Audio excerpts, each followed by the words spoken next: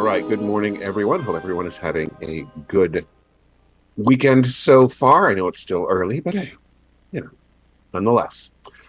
All right, we have a little bit of box office news. Idris Elba's new film Beast, about a giant bloodthirsty lion creature feature, is opened up this weekend, or this past weekend, and it is ended up in the number 2 spot. Now, this means it has pulled in a worldwide total so far of 21 million. Not a giant amount of money, but in these days, not too shabby nonetheless. It's going to have to make 100 million worldwide to start being profitable, so it's on its way, but we shall see.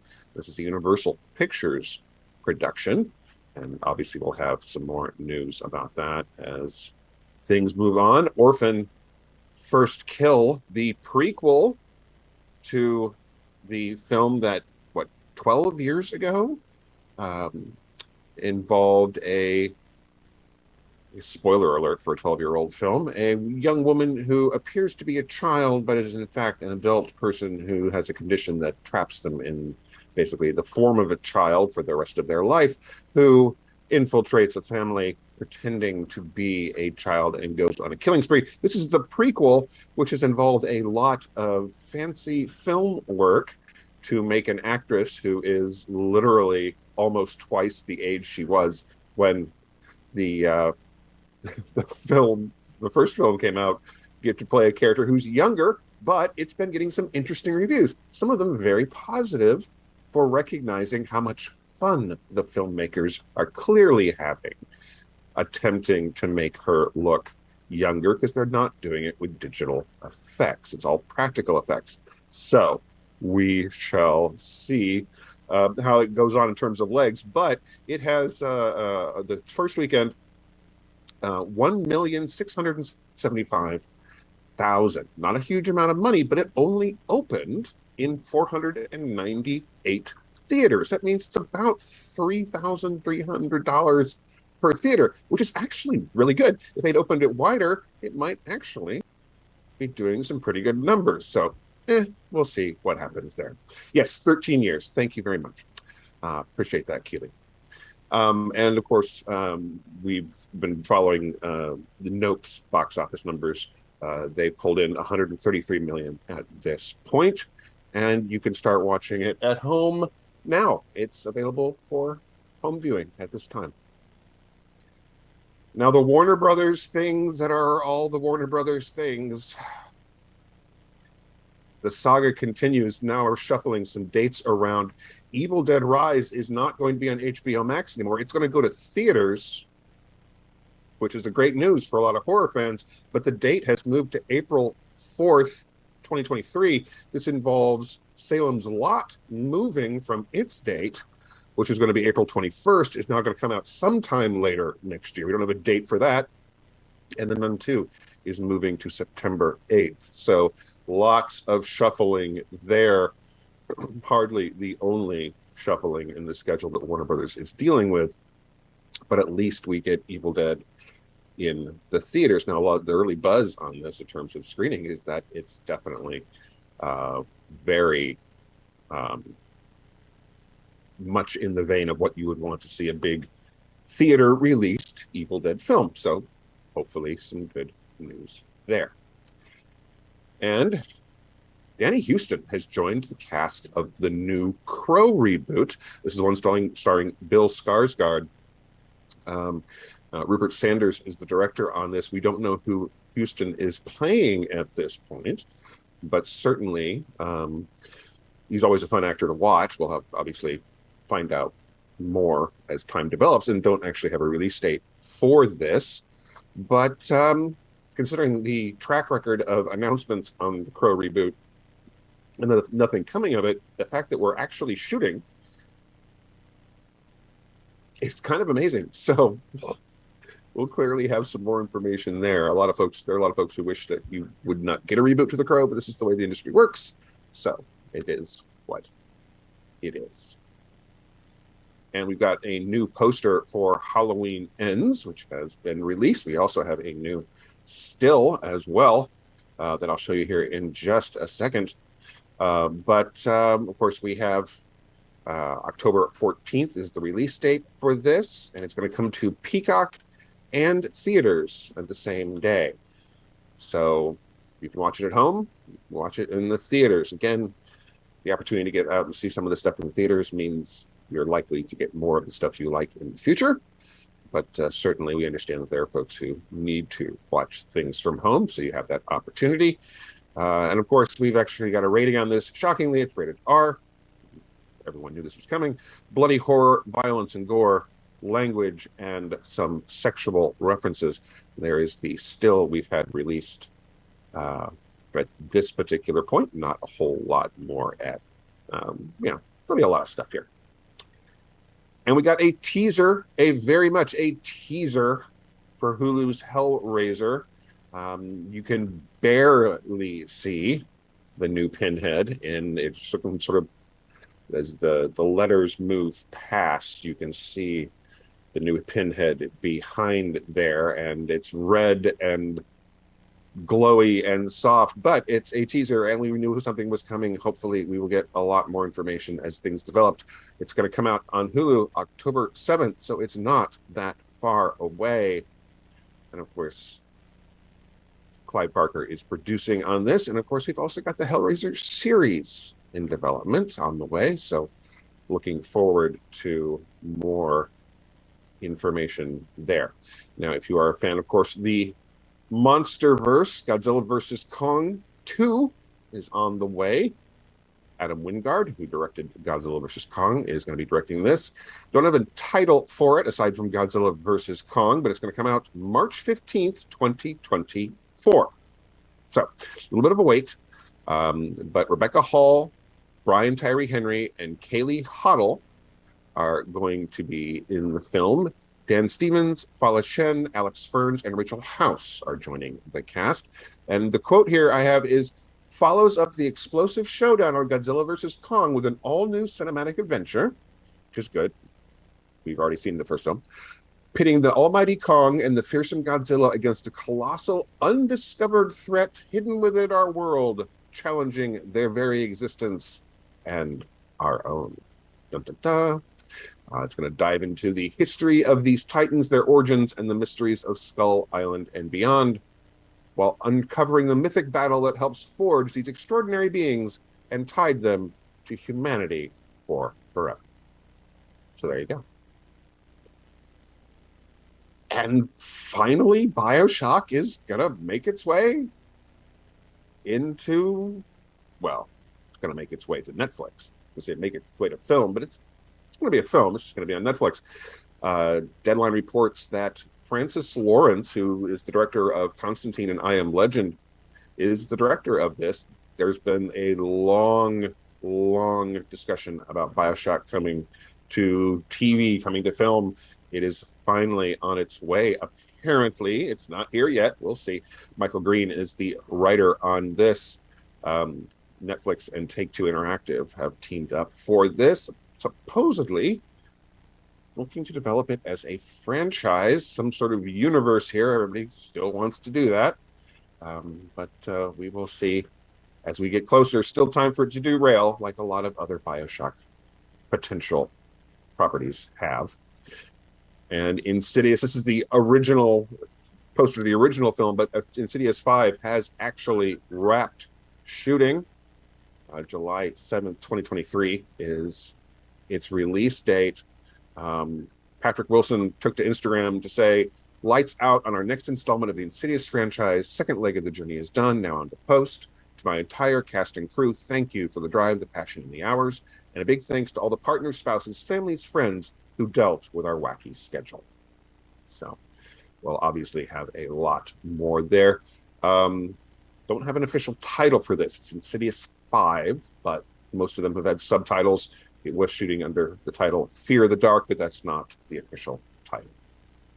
And Thomas Jane is returning to the world of horror with a little bit of vampires. A film called The Slayers, which does not appear to have any connection to the Buffyverse. But he is a vampire hunter, which is an action comedy horror hybrid. It's going to come out in theaters, digital, and on demand October 21st, 2022. So right around the corner. First I've heard of this. First this has popped up. But Thomas Jane, Kara Hayward, Jack Donnelly, Lydia Hurst, Malin Ackerman. We mentioned Watchmen earlier. Of course, a lot of people know her from that. And Abigail Breslin from Little Miss Sunshine are all in the cast. Thomas Jane plays a character named Elliot Jones, who's a vampire slayer. He's taking revenge on all vampires who, it's very personal for him. They murdered his daughter. He's finally tracked them down to their hidden base, but he's going to need help. So we'll have to see what this. Of course, comedy and horror often work very well together. And I don't have a title image for this because there doesn't seem to be one out there right now. Paramount Pictures film called Significant Other. Don't know a whole lot about it. It's got an R rating. It's for violence, gore, and language. Maika Monroe from It Follows and The Watcher is written and directed by Dan Burke, Rowan Olsen here, Robert Olsen, pardon me, and they were behind the film Villains, which came out in 2019. Apparently got a lot of buzz. I'm not familiar with it myself. A young couple takes a remote backtracking trip through the Pacific Northwest and face sinister events, leading them to realize that everything about the place is not as it seems. That's really all we know at this point. It may be coming to Paramount Plus, maybe coming to theatrical. Don't know. So, obviously, as things develop, we'll come back around to it. And When the Screaming Starts is coming through SCREAMBOX, which is Bloody Disgusting's streaming platform, September 20th, so not too far here. This film has gotten a lot of buzz. Connor Boru is the director on this, and it follows a journalist who teams up with an aspiring cult leader serial killer, and gets a chance to tag along, and he thinks this is a big break, and of course it does not go that way at all. Mixture of horror and comedy, and kind of a mockumentary. Lots of really positive buzz here. Premiered at Fright Fest. It's been making the festival circuit. Named the best sci-fi horror feature at the 2022 London Independent Film Festival. So certainly something to watch for. Excuse me, cat. Thank you. Not helping. All right. Felines, love them, but all right. And the film Creepers has gained 2 more cast members. This is the adaptation of the David Morrell 2005 horror novel. Shane Paul McGhie and Brennan Keel Cook have joined the cast. We also is a lady named Kat Shank has joined the cast as well, but we don't seem to have a whole lot of promotional photos of her as of yet. And filming has begun, so we'll obviously look forward to something in terms of a trailer not too far from now, I would imagine. And we don't have a poster yet for the new film I Saw the TV Glow, coming from A24, but we do have the poster for We're All Going to the World's Fair. And this is Jane Schoenbrun was the director on this, and she's going to be directing I Saw the TV Glow. Now, all going to the World's Fair was a very atmospheric and disturbing coming of age, a little bit of body horror kind of social media commentary film. Got a lot of positive buzz, not terribly surprised. She's been picked up to do something to do for A24. But the premise of I Saw the TV Glow is 2 teenage outcasts bond over their shared love of a scary television show. However, the boundary between TV and reality begins to blur after it's mysteriously canceled. So apparently it's been written and shot, and production has wrapped. So we'll obviously hear a lot more about this. Apparently there's a lot of music involvement in terms of the folks behind the scenes. Indie rock artist Lindsay Jordan musician-director Fred Durst, Haley Dahl's Sloppy Jane, and King Woman are all involved in some capacity. So it'll be kind of interesting. And Mia Goth in this first promotional image here from the film Pearl. This is the origin story to one of the villains from Ty West's film X. This is coming out again right around the corner. Last stuff coming out in September, October of this year. September 16th. This is the new image. The film is set in 1918 and tells the origin story. So if you have not checked out Pearl, probably should. We're going to watch this film. Goodnight Mommy is getting an American remake. We knew this was coming. We're going to be on Prime. Naomi White is starring in this. I actually had thought this had come out already for some reason. Spate of recent remakes, of course.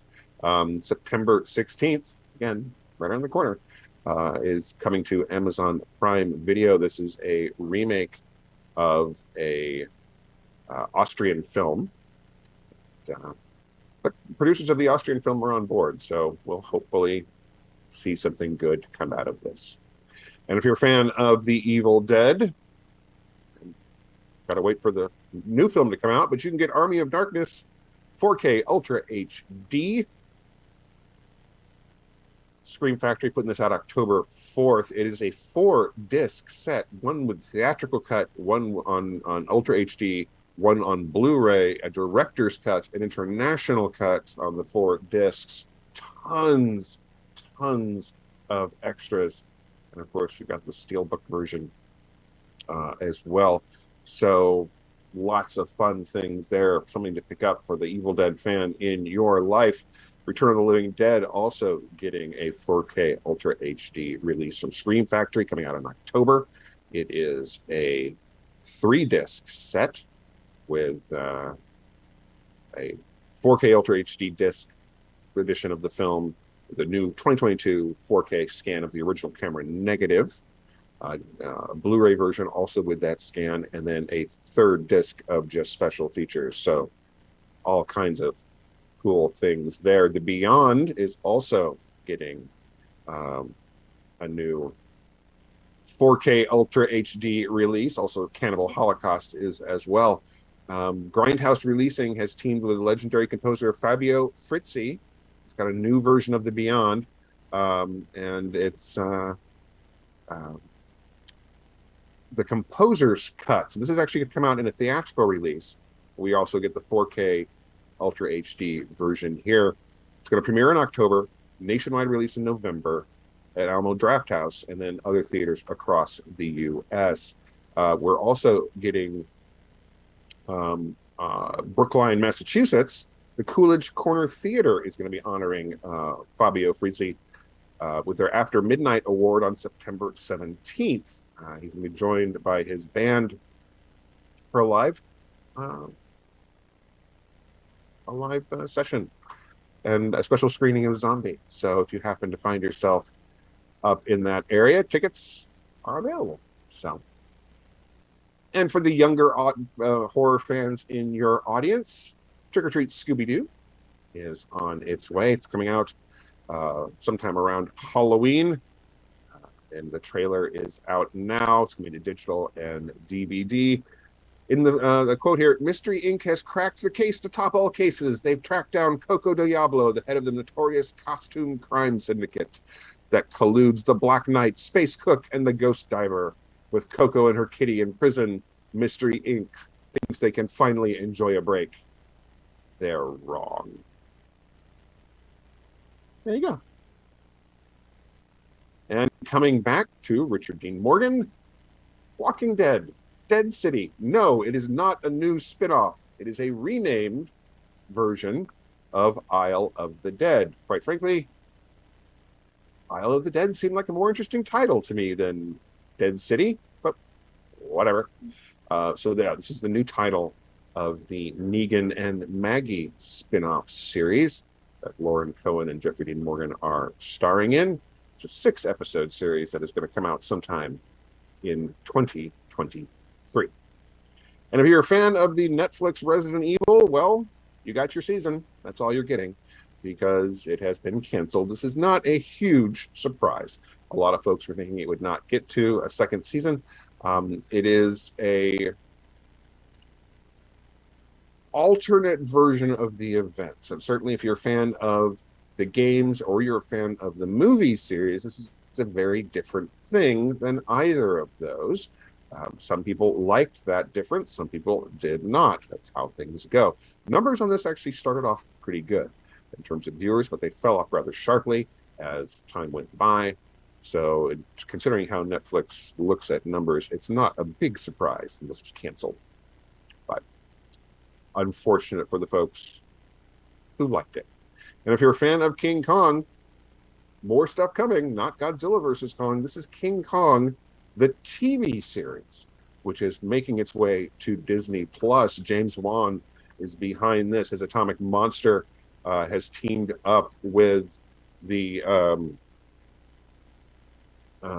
goodness me, the DeVito Artworks group. Joe DeVito behind he's actually the rights holder to King Kong right now. King Kong is tied up with a whole bunch of rights things. There's a saga there.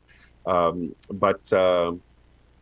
so they're getting a TV series that is not actually connected to Skull Island's movie continuity. This is something a little bit different here, but it's going to be based a lot more on the DeVito Artworks continuity. There's some books and comics and things like that. And if you're not familiar with it, definitely worth checking out. Now, this is going to be set in a contemporary setting, but it's reimagining Kong, the original stories, in the modern setting, apparently. So we'll have to see as more develops there. And if you are a fan of the comic series Parasite, the manga, Train to Busan director Young Sung-ho is going to be writing and directing a Korean sci-fi horror series based on the Japanese series. It's called Parasite the Grey. Apparently this is going to be a new story set in the Parasite universe. And Yoon said it's going to be completely different from the original. The opening will set up how the parasites have arrived in Korea and what happens. He wanted to do the kind of original story, and he went to the original author and gave him the pitch, and he liked it. So there you go. Always nice to get the original creator on board. And it took a long, long time, 40 years. My Bloody Valentine is finally getting a book adaptation. The classic horror film has never been adapted into a book before now. And it's going to be coming out in February of 2023. My Bloody Valentine, the novel. Stop the Killer is the folks behind this. It's available for pre-order now, so if you want to pick that up for the loved one in your life. I'm not sure how I'd feel if my partner gave me My Bloody Valentine as a gift, but I'd probably be happy.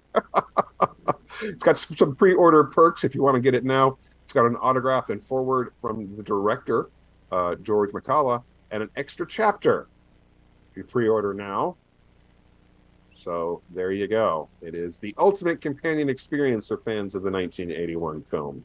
Scenes cut from the movie, expanded character arcs, and many other satisfying treats. There you go. That is what I've got for you this morning. Thank you so much for watching. We hope that you, again, have a great weekend. Good Morning Multiverse, Saturday morning at 11, 10 Central, only on SciFi for Me TV.